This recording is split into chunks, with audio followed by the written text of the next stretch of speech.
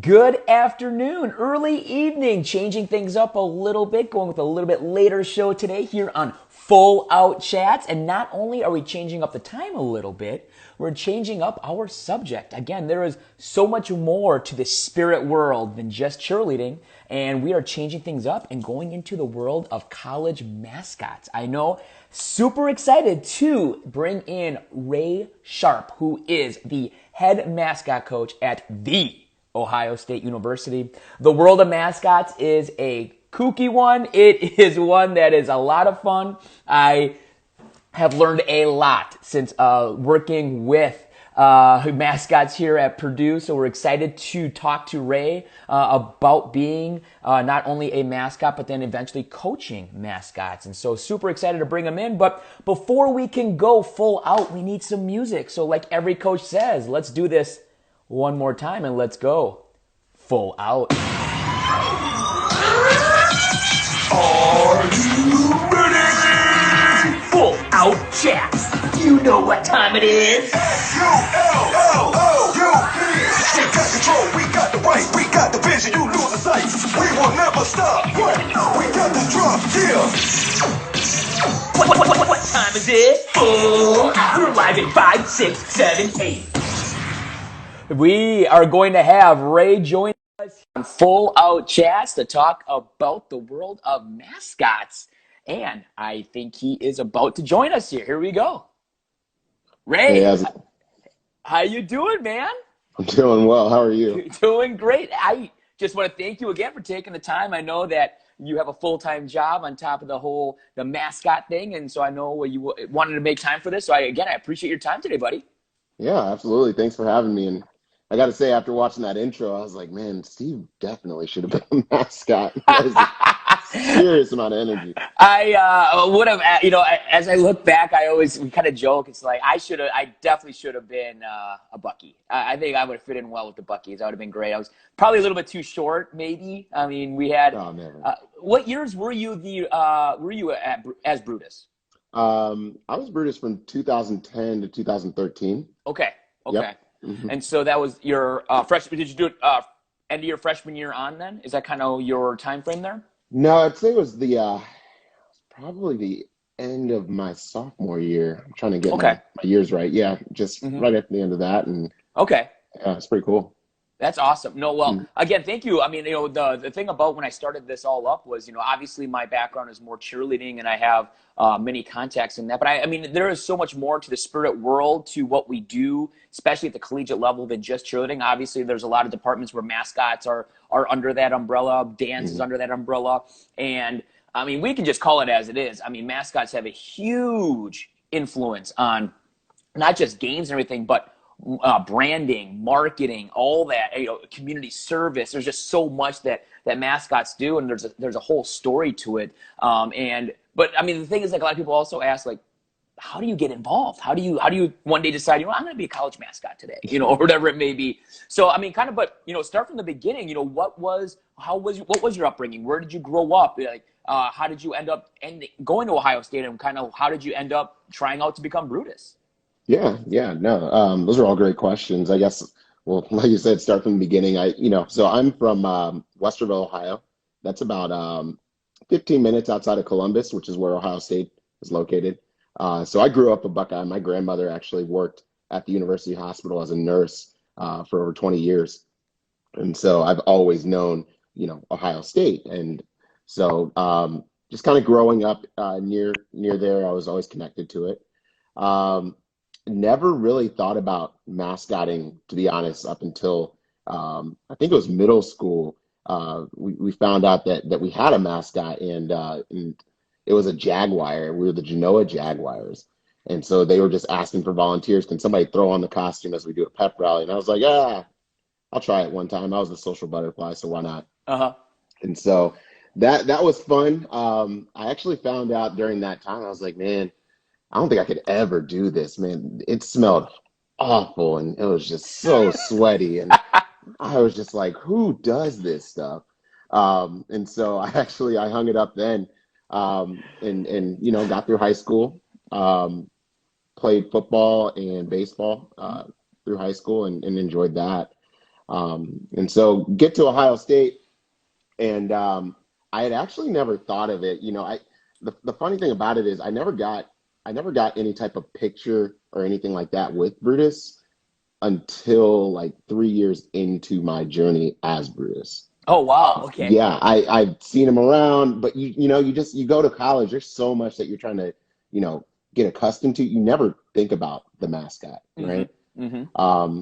And so lo and behold, it was actually I one day with my roommate Sam DeSalvatore, he came in as a as an athlete, through high school that could have, made it D3, D2 in lacrosse.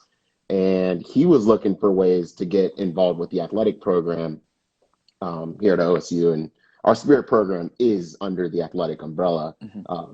And so when he decided that he didn't want to, walk on in lacrosse, he went out for the cheer team. And so joined that, did that for a year. And he was the one who brought me the opportunity. He was like, hey, I don't know if you're interested in this. I know you like to dance. I know you like to do different odds and ends. Mm-hmm.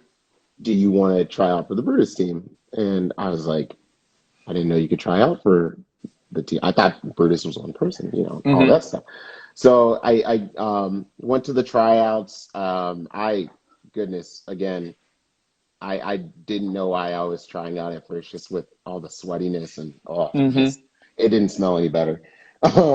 But I tried out, and I mean it was history from there. I loved it. And I'm sure we'll get into it a little bit more, but I'll tell you what, being a mascot, especially in a Big Ten institution, it's one of the most unique experiences that you could ever go through.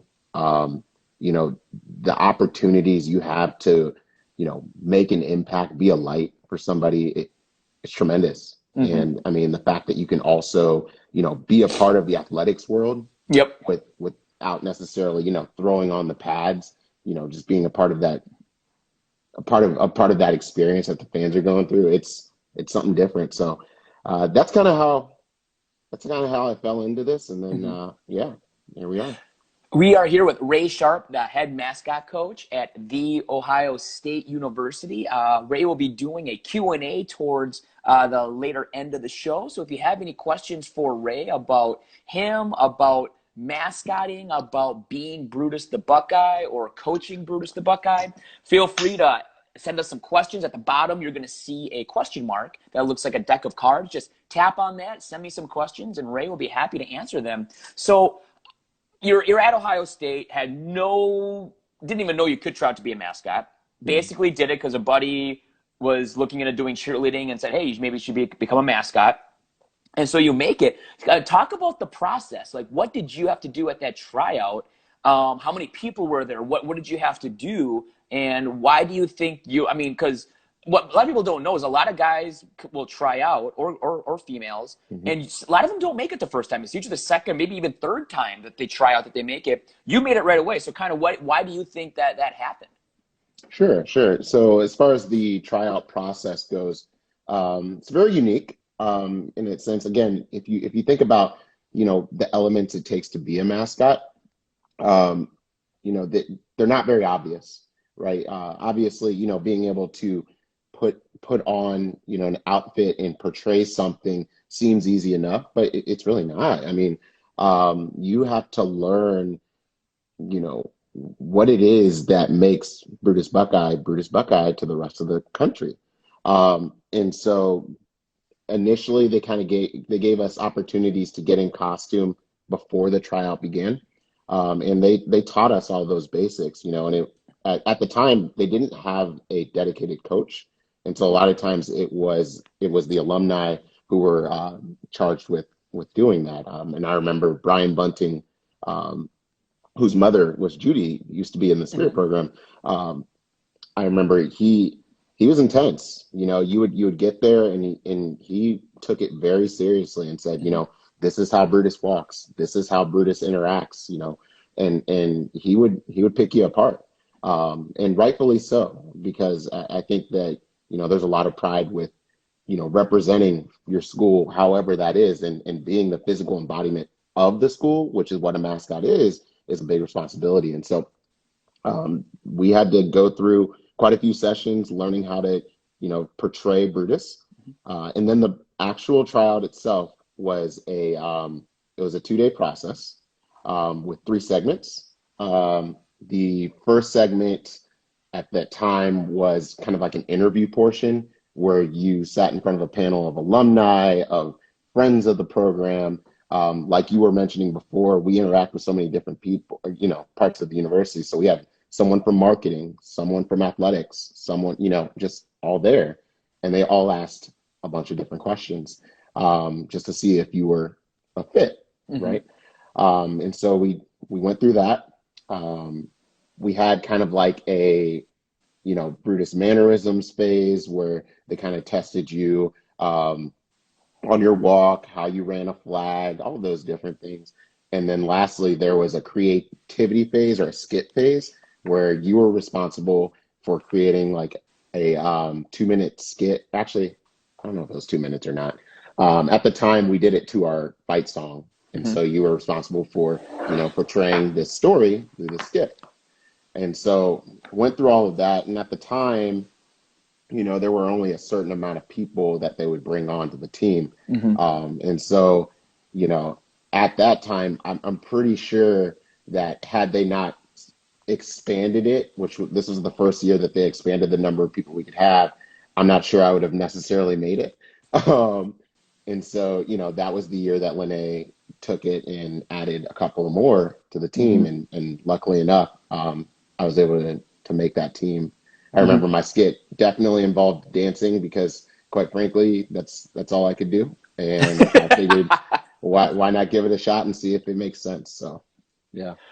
Again, we're here with Ray Sharp, head mascot coach at Ohio State University. The thing about mascots is, I always say this, is they're just a little different. Yes. I mean, putting it very politely, they're just a little different. I mean, what types of personalities usually work out in terms of fitting in, of being a collegiate mascot, or really just being a mascot overall? Yes. No, that's a great question, and that is a great description to call. Yeah. And to piggyback off of that, mascots are different in a sense that, people that portray them just aren't afraid to, step out of the box. They aren't afraid to take an idea and say, you know what, I'm just going to run with it and see how it reads. And so, I'd say that's the biggest differentiator is, if you want to become a mascot, obviously there's certain physical requirements that you have to have depending on who you're portraying. But at the end of the day, it's all about just, being your best self and really just not hesitating.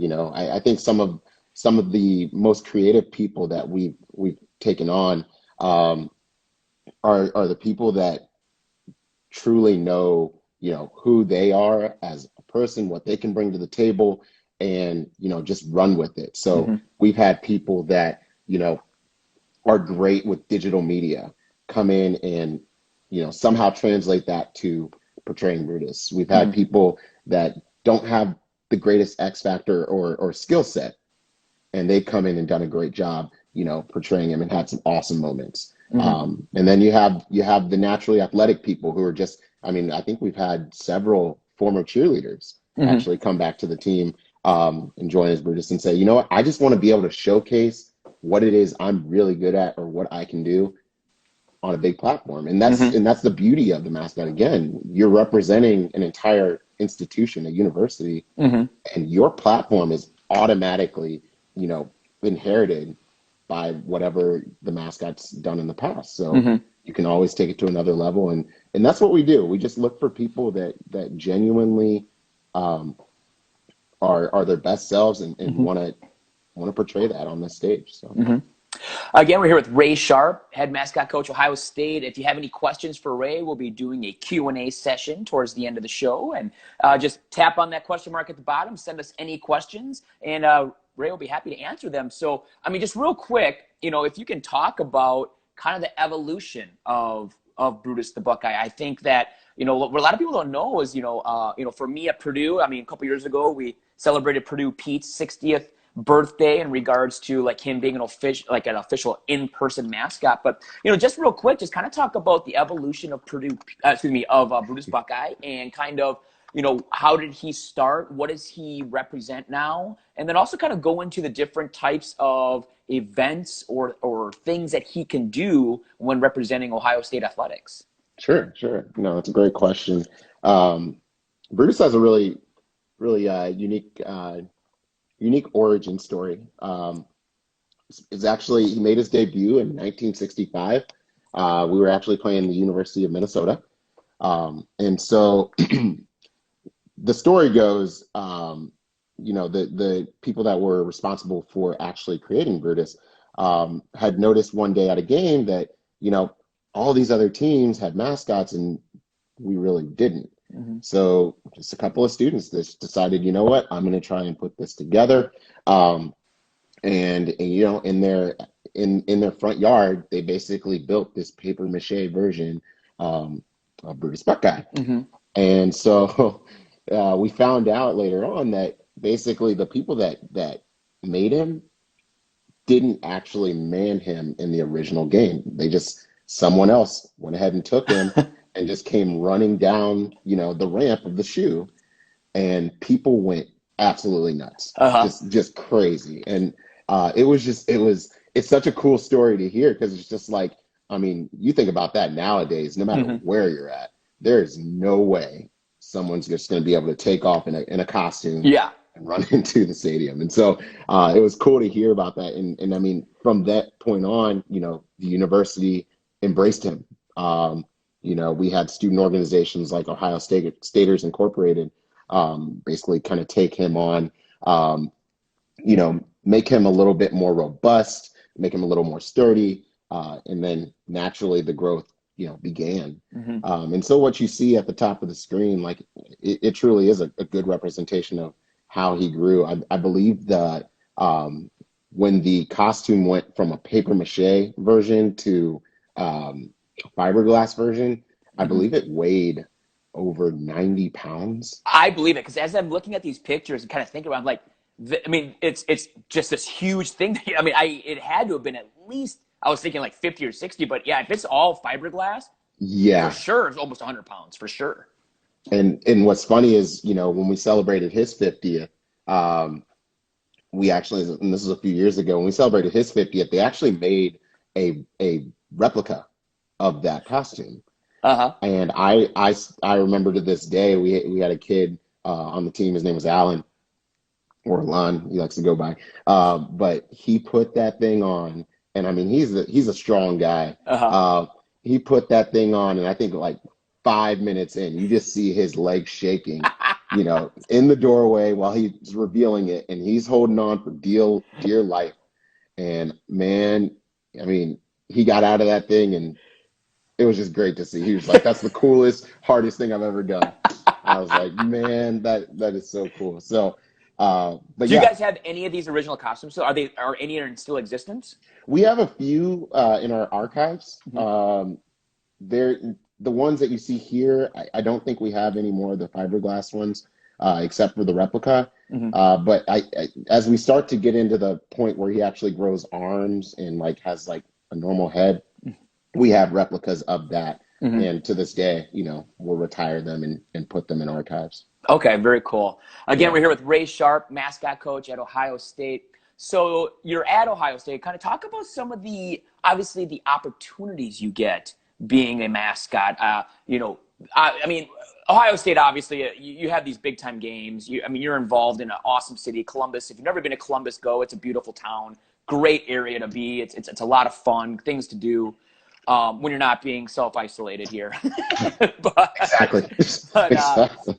Kind of talk about the opportunities or some of the best moments you had while being Brutus. Sure. I'll try and talk about a few during my time and then a few as I've been coaching. So when I was Brutus, like you said, we've had a pretty good run athletically in different sports, and so that's afforded us a bunch of different opportunities. I would say when I was Brutus Buckeye, I was able to uh, be a part of a few cool games. I got to go, we call it the Team Up North or the University of Michigan. Mm-hmm. I got to go and be Brutus my senior year for that game, which was amazing. Like Mm-hmm. that, I'm sorry, that stadium is insane. It is, yeah. Um, Mm-hmm. and so being a part of that was really cool. Um, I think my most epic sporting event probably would have been going to the Final Four. Okay. I got to go when, gosh, what was it? I think it was 2012. We made it to the Final Four versus Kansas. We went to New Orleans Mm-hmm. and got to be a part of that. And Mm-hmm. so, like you said, I mean, the sporting events are incredible, and being a part of the pomp and circumstance is great. Um, I would say the most impactful event that I was a part of had nothing to do with sports. Mm-hmm. And I'll tell you, anybody that donned the head would probably say the same thing. The Mm-hmm. coolest thing about, being a mascot is, again, no one really knows who you are in particular, but Mm-hmm. everybody wants the character everywhere, right? Yeah. And so I think the coolest thing I got to do was be a part of an event where we got to decorate a room at the Ronald McDonald House that we have Okay. here.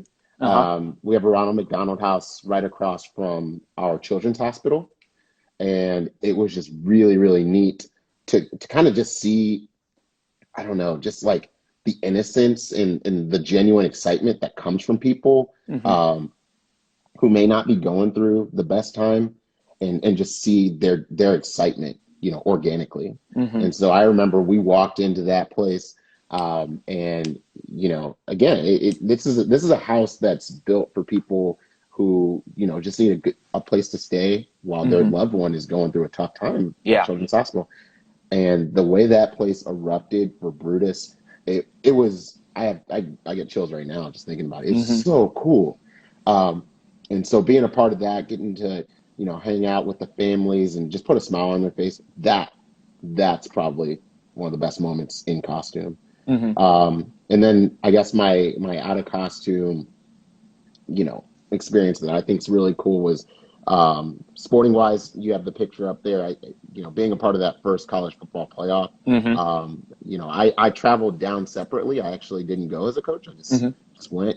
But to see that, Mm-hmm. and more importantly, to see how much fun the team that was there was having Mm-hmm. was so cool. I still to this day those play replays, and we had a kid on there named Sudsy Stain. Sudsy, great guy. And when Ezekiel Elliott broke that 60-yard run to seal the deal against Alabama, Mm-hmm. oh my gosh, like Sudsy's literally just like going nuts, and he has a state of Ohio flag, and he's just like throwing. It's an epic moment, and just to see his joy, I think that was one of the coolest things I remember. Mm-hmm. And yeah, Again, we're here with Ray Sharp, head mascot coach, Ohio State.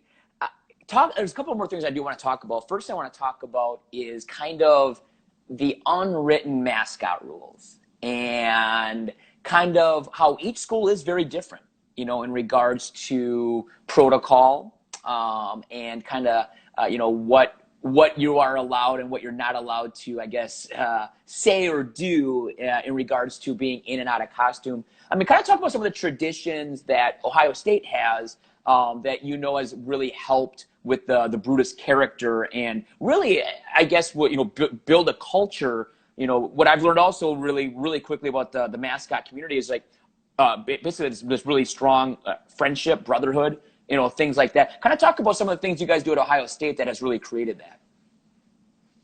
yeah. So I guess from an unwritten rule perspective, what people may not know, especially collegiately, just because all mascots are different in a Mm-hmm. way.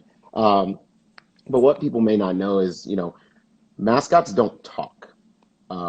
They are supposed to communicate through any other means except talking. So you can write something out, you can pantomime, and what makes a truly great mascot is one that can basically have a conversation with you with their arms, with their legs, with their motions, right? You know exactly what they're saying without even having to, you know, really dig into it. So that's one thing, no talking. I think it's cool to see our different communities, you know, within the conferences, the Big Ten, the Pac-12, you know, all of them, you know, all the mascots are very tight knit in the sense that, you know, when we all get together, whether it's the Big Ten Media Days or 10K, we all just try to elevate one another. We try to play off of one another. Each one of our programs are very proud. You know, the schools, the universities we represent are very proud. And because of how proud they are, you know, they try to find ways to elevate each other in performance. And so a lot of times you'll see, you know, maybe a Brutus and a Goldie playing a game, and then they'll bring in Sparty and Purdue Pete, and, you know, all of a sudden it turns into this, you know, mega, you know, just awesome moment with all the mascots together. And so, you know, we don't fight with one another. That's both, you know, within the team as well as around. I mean, a lot of people will be able to pull up, you know, footage of mascots getting in these huge battles and blah, blah, blah. We don't do that. We may act like we're about to do something and then just hug it out. Just because, you know, it's important to remember who you represent, right? And so we want to be a role model to all.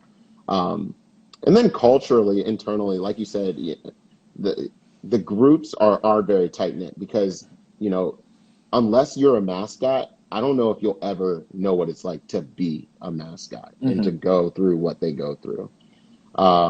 Many people don't realize, you know, let's take the Big Ten championship, for example. Many people don't realize, you know, when you're at that, Brutus or whoever the mascot is can be in costume for several hours at a time with maybe a 15, 20-minute break every 2 to 3 hours. And no one truly thinks about it until you've got, you know, the guy or girl portraying the mascot about to pass out. because they've just been going, you know, it's just one thing to the next. And, you know, there's just this culture that's been built between teams and within our teams, just taking care of one another, you know, just checking in, seeing if they're okay, seeing if, you know, they need anything, providing support. Just you ask, they'll help. And I love that about our teams, just because they genuinely do. They genuinely do care. And we're lucky enough, you know, with our program that, you know, we're technically under the cheer umbrella. We're part of the cheerleading team. But we've been given the blessing to have volunteer staff. So along with myself, we have, you know, someone named Tim Thiel. If you're a mascot, you know exactly who Tim Thiel. He is the godfather of mascots. He's legend. I know Tim very well. Oh my goodness! If you get a chance to talk to Tim, he's a Wisconsin alum, so yes, he is. He's a Big Ten guy. Love Timmy. Yes, and you know the cool thing about it, you know, Tim. What makes Tim so impactful is the fact that he embodies that I want to take care of you mentality, no matter who you are. You know, do you need some food? Do you need, you know, you need some advice? You need someone to talk to? He's that guy. And he took that, brought that into our program when he moved to Columbus and elevated us to an entirely different level. Like, couldn't imagine. Couldn't imagine not having him. And then the same, you know, I have a former guy who used to be on the team, used to be a part of the band, David Saunders. And he has taken our digital, he's in charge of our digital media and, you know, content.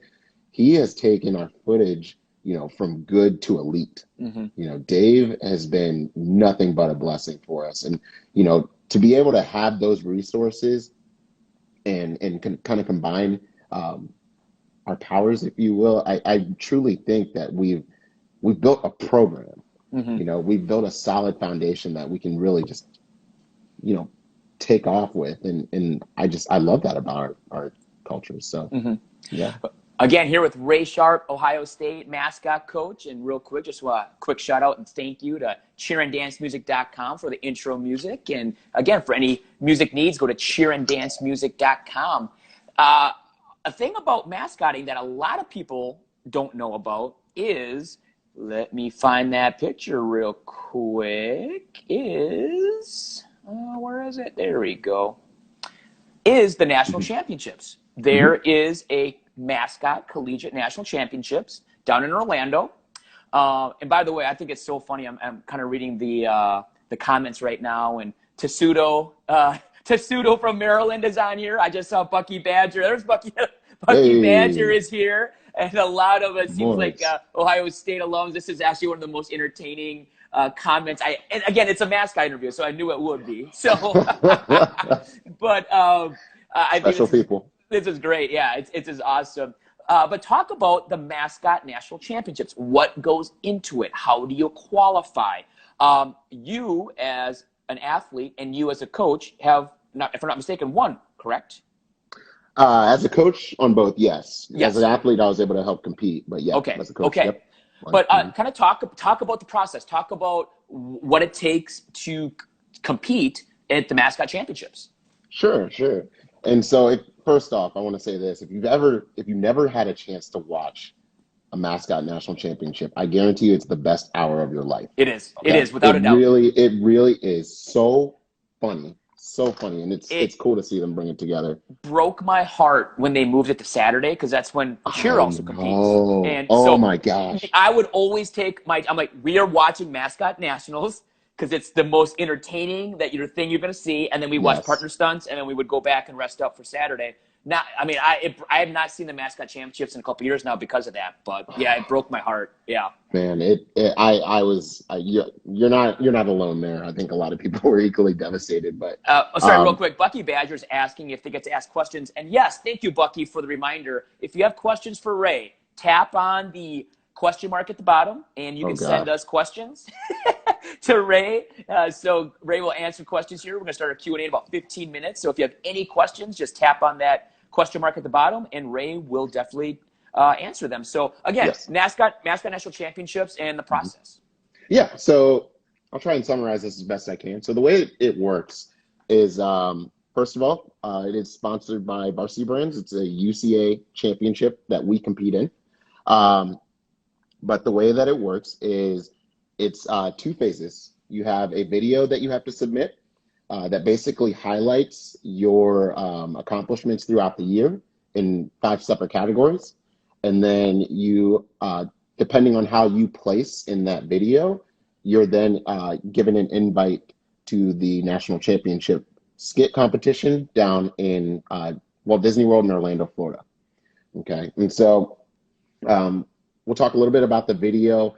Basically, what you're trying to do with the video is demonstrate, again, in a two-minute segment, you're trying to demonstrate, what makes your mascot so impactful. Who is your mascot? Like, what's their character, and how do they interact with their community, whether that's the sporting community, the general community, just you name it. You're trying to build a story for the judges to judge and determine whether or not you can be invited down to the competition. And so we pretty much spend the entire year from the time Mascot Nationals is over all the way up to when it's due in November, building out this video. So a lot of sessions where we go through, look at event clips, cut out the best moments of like a 40-minute event, and it's a process logistically, but if you're able to get it done and tell a beautiful story, that's what you're shooting for. So then from there, like I said, a panel of judges goes through, determines whether you place or where you're going to place for all the people that are submitted, and then they release the rankings. And from there, if you are a top 10 mascot in their eyes, they extend you an invitation to come and compete at nationals. So assuming that you do get an invitation, the process kind of ramps up, because now you have to come up with a skit that highlights your mascot. And also, depending on your placement, that's where that's like half your score. Right. So if you place first, that's 50% of your score. And, Mm-hmm. and from there, you just need to perform really well to win it all. Mm-hmm. So we spend the next month or so brainstorming, building the props that you see up there. That's like a locker slash bricks. It was a lot. But you build you build the props based off of the guidance that's been given, the rules that have been given, and then you have to logistically get all of that stuff down there. Rehearse, and then again, you get a limited amount of time to showcase your skit. Mm-hmm. And so it's a very interesting process. It's very challenging, trying to strike that balance between, what it is, who it is that your mascot portrays, and then what it is that your mascot can do to tell an amazing story Mm-hmm. that's entertaining, that's funny, that's impactful. Mm-hmm. You name it. You're trying to show the world, hey, I am the best mascot out there. Mm-hmm. And so, as you had mentioned, we've been lucky enough to win it twice. We won 2000, like the 2014, 2015 year, and then most recently, not this past year, not 2018, 2019, but 2017. I'm sorry, yeah, it is 2018, 2019, because now it's 2019. Yeah, Mm-hmm. so Mm-hmm. we won last year, and Mm-hmm. it's an amazing experience when you win it. I'll tell you that. To see all of their hard work, which there is a ton of it. Mm-hmm. People don't realize it. It is not just, sunshine and rainbows and the guys just or girls just throw it together and show up. Mm-hmm. They put a lot of thought. They spend a lot of nights, a lot of weekends, a lot of, just a lot of their free time. A lot of them don't have winter breaks because of it. Mm-hmm. Getting the stuff ready again for, a couple minutes skip. Mm-hmm. And, it's amazing. It's amazing to see. And it's no joke. I mean, because you get the bling, You get the bling. Absolutely, because you guys earned it. And another aspect that especially from, I also now see that Goldie Gopher has joined us on here right now. Goldie. They're There he is. But you guys are usually driving down to nationals because you have these props you have to bring, and you've got to bring them down safely. And you guys are driving from Columbus or Minneapolis or Madison, or I mean, you're driving long distances to bring these props down. And I've just always respected that also, because it's like, holy cow, like I couldn't even imagine making that drive and trying to just coordinate all that. But I mean, you just mentioned it real quick, but before we get into Q&A, I do know that Ohio State Brutus has had some female Brutuses before as the mascot. Kind of talk about your experience, if you have had any, in regards to how this your costume allows it that anybody can be Brutus. Doesn't matter, male or female or race or anything. So kind of talk about that the Brutus's tradition of also you've had some female mascots. Yeah, we absolutely have. And like you said, it just depends on your character, right? So for us, obviously there's the way the costume works is, you have the head, but then you also have shoulder pads, jersey, pants, all that stuff.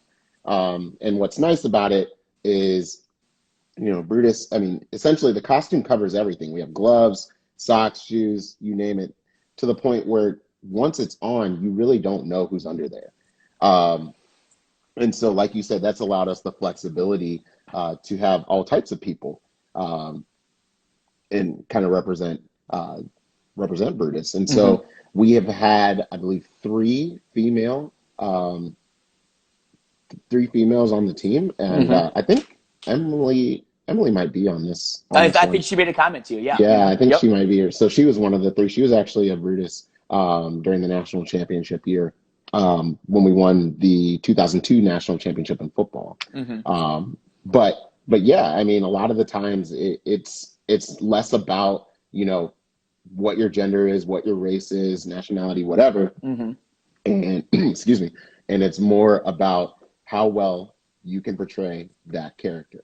Right. And so, again, we are lucky enough to have that flexibility with our costume. I do know that, others out there may not be so lucky. I mean, I think I saw an article I want to say it was last year. I think the Hmm. Notre Dame Fighting Irish, for the first time in their history, Yes, have yes. Hmm. gone and broken that barrier from a Yep. gender or a race Hmm. perspective. Which me personally, my opinion, I think it's amazing to be able to Hmm. do that. I really Agreed. don't think your race or your nationality or any of that stuff should be a limiting factor in representing the university, however you want to represent it. And Hmm. so it's cool to see them break that. I'm sure, again, like costumes like Pretty Pete, it may be a little bit more difficult, but Hmm. regardless, it's cool to see that universities are trying to find a way to make them inclusive without Hmm. sacrificing the integrity of the character. Yeah, I And so mean, that's spot on. no, absolutely. I 100% agree with you. I think what makes college campuses great is it should be just the diversity of people that is on the campus and the Right. diversity of your alumni who have come through that university. And you can be represented by anybody, and I Hmm. think that absolutely, I 100% agree with you on that. Hmm. So, Ray, are you ready for the question and answer portion? I just want to go ahead and have a disclaimer that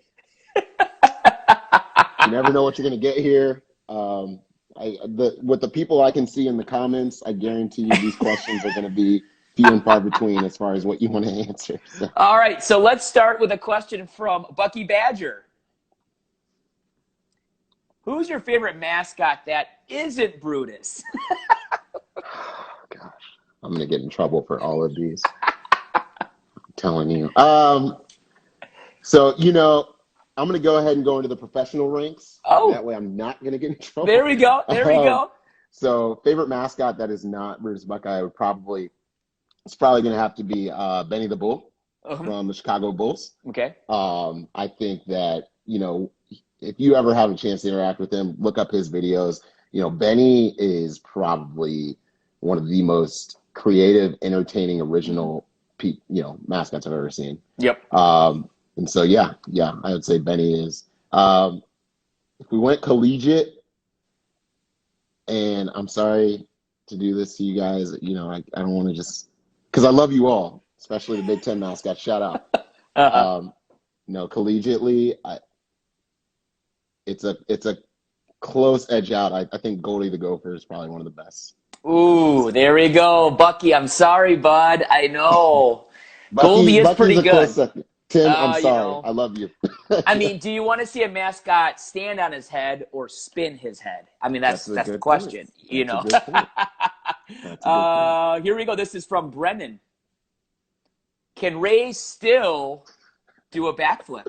Good question. Good question. Oh gosh. You know what? I haven't tried it after a while, and I know why he's asking that question. And part of me hates him for that, but that's fine. No, I have not done a backflip on the ground in quite some time. Um, there may or may not be a video out there of me completely biting it, and so I'm sure that will make its way out at some point. But no, I no longer do a backflip. Hmm. And that's okay. Once you're done, you're done. You have nothing to Once prove. You've done exactly. it. Yes, Yep. absolutely. We Yep. actually have a very good question here. This is from Coach Totsky. And her question is can you talk about the rules of staying anonymous? Um, you know, again, we kind of touched on it a little bit, but in terms of like how each school is a little bit different. I know some are extremely strict about it, and some are a little bit Mhm. more lax, and some are kind of in the middle. Kind of talk about what's Ohio State's policy on that, and kind of what have you seen in the mascot world in regards to that? Sure. Great question, Coach Totsky. Yes. Um, so when it really does depend on who you are and who you represent and whatnot. For us, we tend to institute the policy of, if you're a part of the program, representing Brutus, you cannot tell anybody that you're Brutus while you're still active. Mm-hmm. Um, the reason for that might surprise people, but it's less about anonymity, even though our team tends to have a lot of pride in that secrecy, Mm-hmm. and not kind of telling people while they're at. But It's more of a safety thing for the people that represent him. I think the best example I could give is there was a time when I first joined the team that we had an incident with the Bobcat from Ohio University. Oh, I remember this. Yeah. Yes, yeah. So came out, tackled Brutus, Mm-hmm. his head fell off, but like, it was a big deal. It went viral. And Yep. to most people in the public that's fine, it's mascots being mascots, but there was a lot there that happened that, people won't realize, a lot of damage that happened there. And one of those things was, ESPN and other, sport media entities they were able to kind of identify us through our pictures and reached out to us, got our information on social media, got our information through, finding people at osu.edu. And I would say for several weeks, we were, constantly just being bombarded with, hey, can you give us an interview? How do you feel about this or that and the other? And it's a lot. It's a lot to take on. So, as a student, you never want to put them in that position. You never want people to know like where the costume is, how they can get their hands on it. So we do not allow our guys to really reveal who they are until after. Once you graduate, we want to highlight you so much. Like, and this is something that's new for us.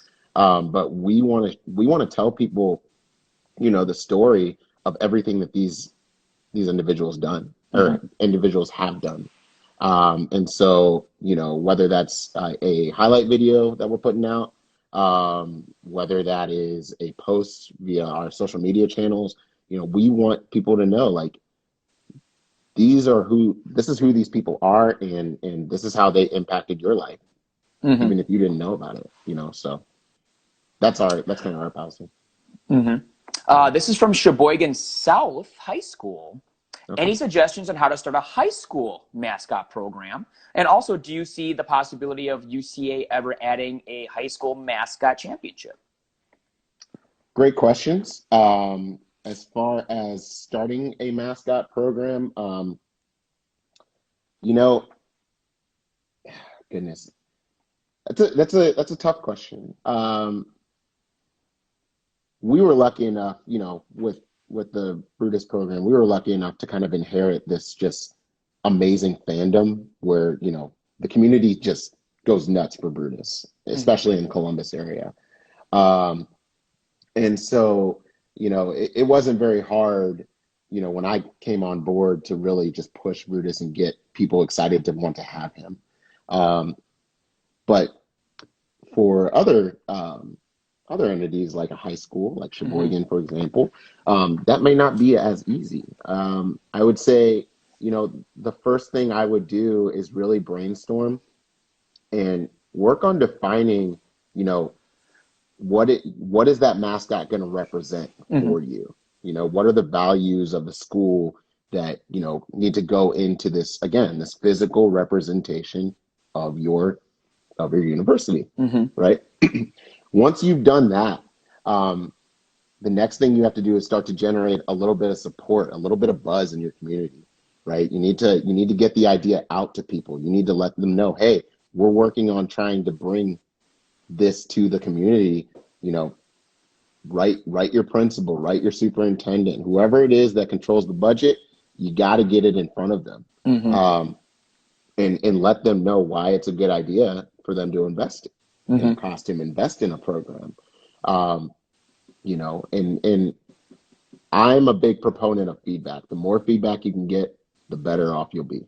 Right. So reach out to us, reach out to, yourself, all these different resources in the mascot world, and just ask, put together a plan and just let us take a look at it and help. You know what I mean?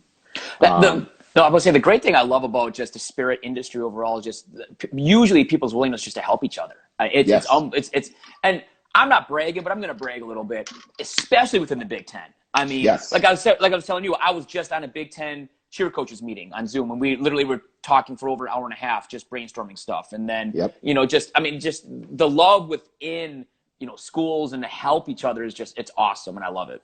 Yeah, I mean, I think we call it a fraternity, just within the mascot world alone. But Hmm. you're spot on.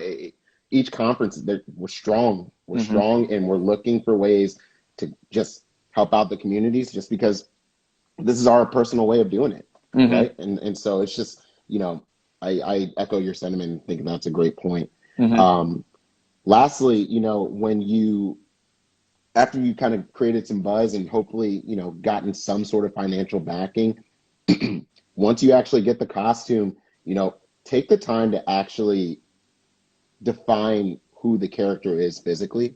You've done all this brainstorming as far as like, here's what, this mascot represents, here's what we want to show. Find ways to really give yourself signature moves, signature poses, signature actions that people can really resonate with in Hmm. your community. So Hmm. if you're an Eagle, for example, I think I saw the Hubbard Eagle on here Hmm. who's won a national championship. You know, make sure, you incorporate what it is to be an Eagle. Hmm. You should probably have some sort of wing flapping at some point, shake your Hmm. tail feather, whatever. Hmm. Hmm. Just find ways to really bring that together. Um, and then as far as a mascot championship, I think that there is, again, I think there is a division in the mascot world for high school Hmm. championships. I'm not sure how to really get into that. I thought I saw Peyton on here. Peyton's one of our advisors within UCA, but Hmm. definitely reach out to the mascot advisors in UCA and see what opportunities are out there. Hmm. So This is a good question from Isaac. How is it determined which performer does Brutus at each game or event? And then it cuts off here. I was able to read it. And then on top of that, how many usually Brutuses are there that share all the games and events? good question, Isaac. So your first question, how is it determined each How do you performer does determine Brutus? each who Okay. goes to what event? Yeah. Um, You know what? It truly it's a balance between, performance throughout the year, at what we call, kind of like the non-sporting or regular business. We have practices, we have lifting requirements, we have academic requirements. They're student athletes. And so we take all of their performance into account for that. Hmm. We take their attitudes into account. If you're showing up to practice and you're ready to engage and have a good attitude, then yeah, we want you out there. If you're going Hmm. to show up and just drag your feet, not so much, you know. And so, there's a lot of that goes into it. And then naturally preference, right? Hmm. Everybody prefers something, right? Some people like basketball, some people like hockey, some people like football. We take all of that into account, and as coaches, collectively make that decision. And then what was the second part of the question was How many do the you guys number, have? right? Yeah. How many people try out? And then how many do you Sure. guys end up taking? Hmm. So the official answer is, we have one Brutus Buckeye, Hmm. okay, and so at Hmm. all times, and so Absolutely. he's just like any other mythical creature. He can be in all places at once. Uh-huh. Uh, and I'm seeing some of these comments, and I need all of you to calm down. Yeah, I saw them too, and I love it. I love it. Like, Alon, be quiet. I'm not gonna lie, this has been the most entertaining comment section I've ever hosted. This has been great. Oh my goodness gracious. But yeah, so there is one Brutus Buckeye. But as far as our team that helps bring Brutus to life, Hmm. as a part of the program, we typically take around seven. Hmm. Just depends on, the needs for the program. So Yep. I always say, the Purdue Pete plane can get them from one part of the country to the other real quick. It's real really quick, nice. real quick. It's uh, amazing. this is from last name Passon. Oh God. If you punch yourself and it hurts, are you weak or are you strong? Hmm. You know what's funny? Last name Passon. I'm not going to out him, but he's been a part of the program for a while now, in different aspects. In between him and Babadoodle Dandy, um, if you put these two in a room, I'm convinced that you will have the comedy of the millennium. There's Uh-huh. literally The Office can touch nothing Uh-huh. compared to what these guys can come up with. Um, But as far as that question goes, and I'm seeing some good answers. Um, yeah, I think a little bit of both. I think a little bit of Yeah, I both. It just agree. depends, you know. Yeah. Maybe you're strong enough to knock yourself out, and then if you're a little weak if you just knock yourself out, and that's that. So I don't know. Oh, this is a nice one, Ray. I don't have a question, just a statement. Oh I am gosh, Ray's Aunt Tracy, and we are so proud of my nephew. Aw. thanks, Auntie. See? Miss you Oh. guys. Love you guys. See, that's great. That's what I'm No, talking about. they've been around for ever, obviously, and they just constantly show support and show love, and God, I love them, and so thank you. And then last one from Goldie the Gopher. There it is. Why does Bucky smell? You know what, Goldie? I've actually seen that, and if I have to be honest, that's the one thing I don't love about you, man. You can't be calling other mascots out. We are Big Ten brethren, all right? And Bucky, I know firsthand, Bucky Badger is a saint and smells very nice. He smells like very nice things, a fresh thing of some Brutus. So, I'm with you, Bucky. That's messed up, man. I know Disrespect. I know my man Bucky's watching, so I'll give him some love. There's my man right there, Bucky. I'm holding Bucky up. I'm definitely holding Bucky up right there. Oh my goodness. That's a little bit of old school right there. Steve, when are we gonna interview you? That's what I want to know. I want to find story behind it. I would love. I mean, I got to find a person worthy of hosting me, I guess. Man, we should have a Big Ten mascots roundtable. I have our own podcast and just no, rapid fire. I'm glad you brought that up because as people may or may not know, I have started a new spinoff called Coach's Corner, where I actually Nice. did have 4 cheer coaches join me, and we actually talked cheerleading. And I would love to do a mascot episode. I would love to get 4 different mascot coaches and talk about the world of mascots and kind of go into that world. Would you be interested? Absolutely. That's Absolutely. what I thought. I Goldie, have, Bucky, I see you're on there. Tessuto, I see we have a lot of love on there. And so if anybody, we're going to do, I would definitely would love to have a mascot episode of the Coach's Corner, which would be great. let's do it. Well, Ray, I mean, last thing before I let you go, what is one piece of advice or one piece that you have heard in regards to that's helped you become the type of coach you are today? Oh, one piece. It's so hard to answer that just because I feel like, where I am now is night and day from where I was so long ago. And it's funny, you see all these comments from a lot of these guys, these former alumni, it's because of them that I've been able to grow to where I am today.